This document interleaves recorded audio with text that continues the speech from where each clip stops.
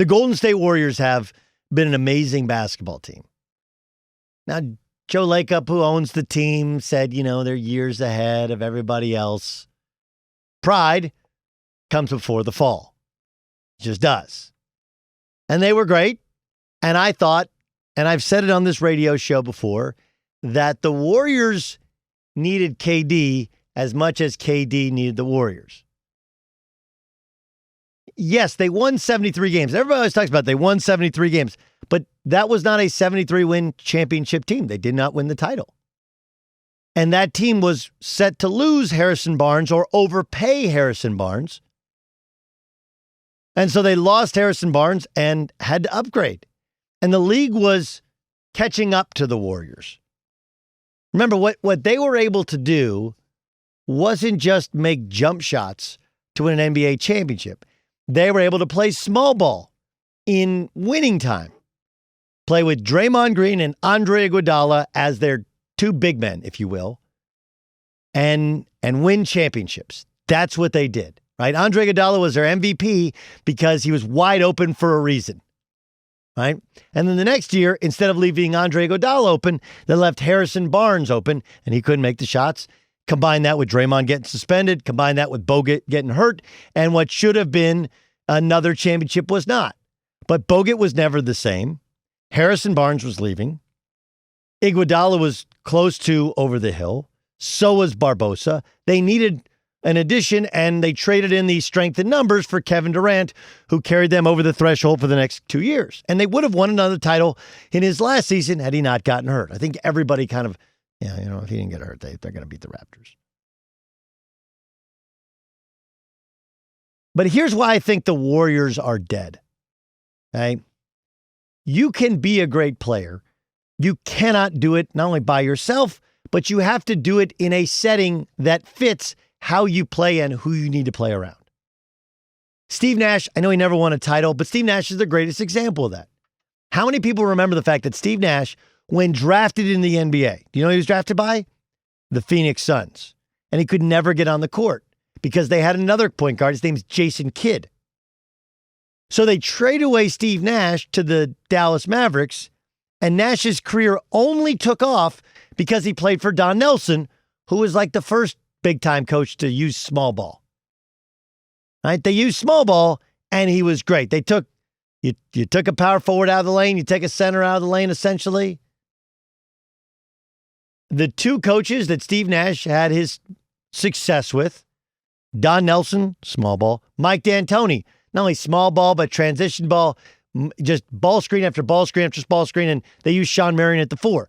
Do I think Steve Nash was great? Yes. Do I think he would have been great in a traditional system at the time? No. I think it would have been really good. But when he was in Phoenix, they didn't put him in, like nowadays, you would put Jason Kidd and Steve Nash on the floor at the same time. And they'd be unbelievable. But that wasn't the case back then. You have to find the right fit.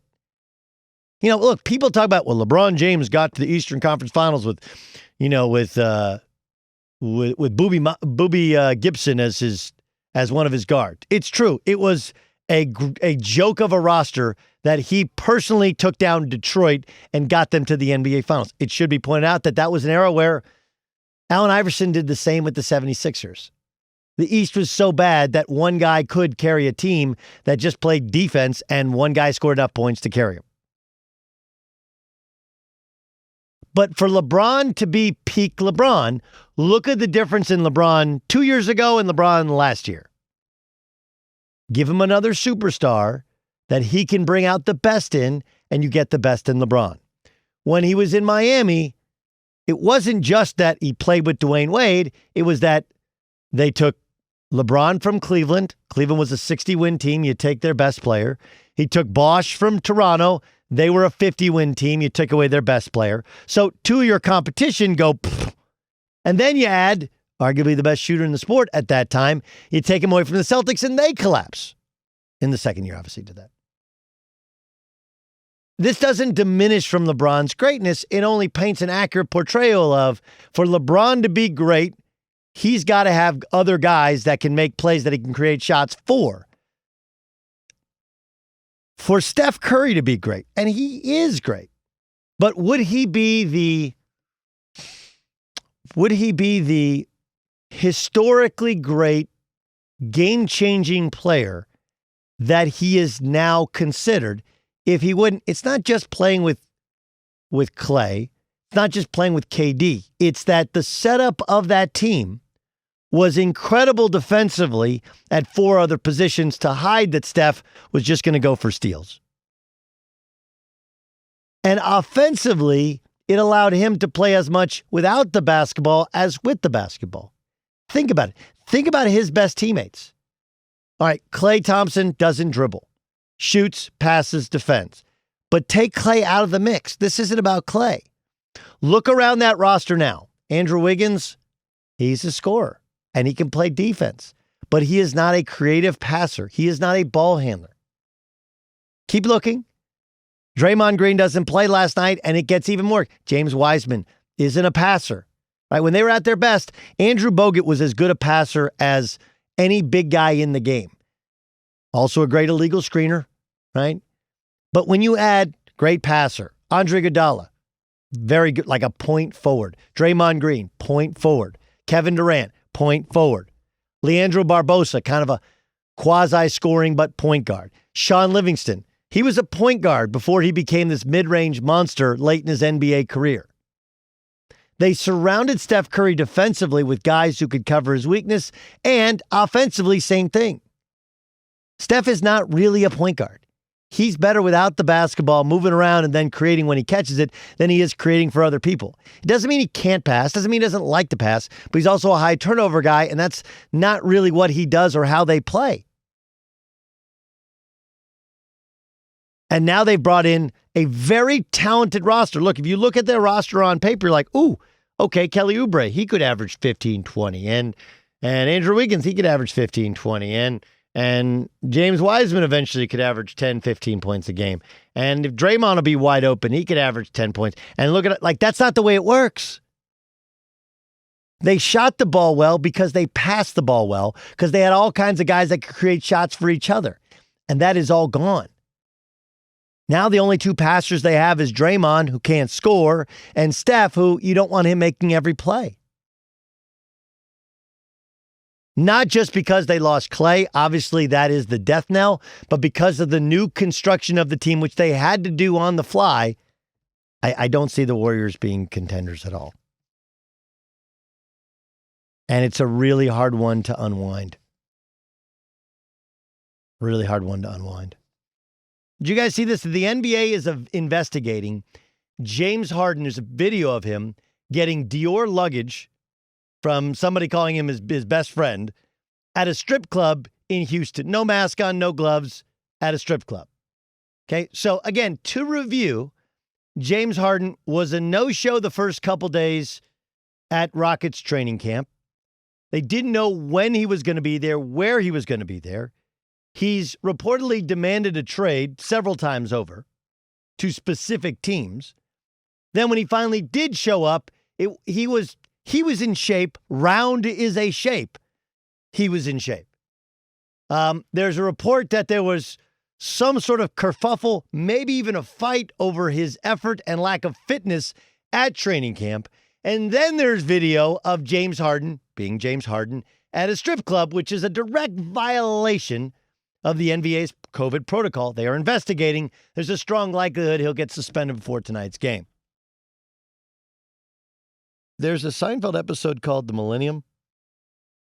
In that episode, George Costanza does everything in his power to get himself fired. Attention, Steinbrenner and front office morons. Your triumphs mean nothing. You all stink. You can sit on it and rotate. That's George Costanza driving around the Yankee Stadium parking lot, dragging the World Series trophy in tow. That, in fact, is exactly what James Harden is doing. What does it take for a guy to get fired around here, or at least traded? I think direct violation of COVID protocol will cost you a substantial amount of money in your pocket as well, but I'm guessing that strategy does, in fact, work. It's He's gonna, you know what he's gonna do next? Next, he's gonna burn Akeem Olajuwon's jersey, right? Like that is the last straw. That's the last straw. Or maybe he's gonna say something bad about Tillman Fertitta's multitude of restaurants as a restaurateur. You know what I never liked? Morton's. When they bring out that beautiful piece of meat, who does that? That's not safe. Look, I think the NBA, and there's this new story out of Houston where John Wall was sent home even though he tested negative for coronavirus. Apparently contact tracing with another player testing positive. DeMarcus Cousins also apparently being sent home. But look, do I think James Harden is doing the Costanza, driving around the parking lot, dragging the World Series trophy, trying to get himself sent out of Houston? Of course I do. But I do understand, look, we were a championship team 5 minutes ago. You fired our GM. You fired our coach.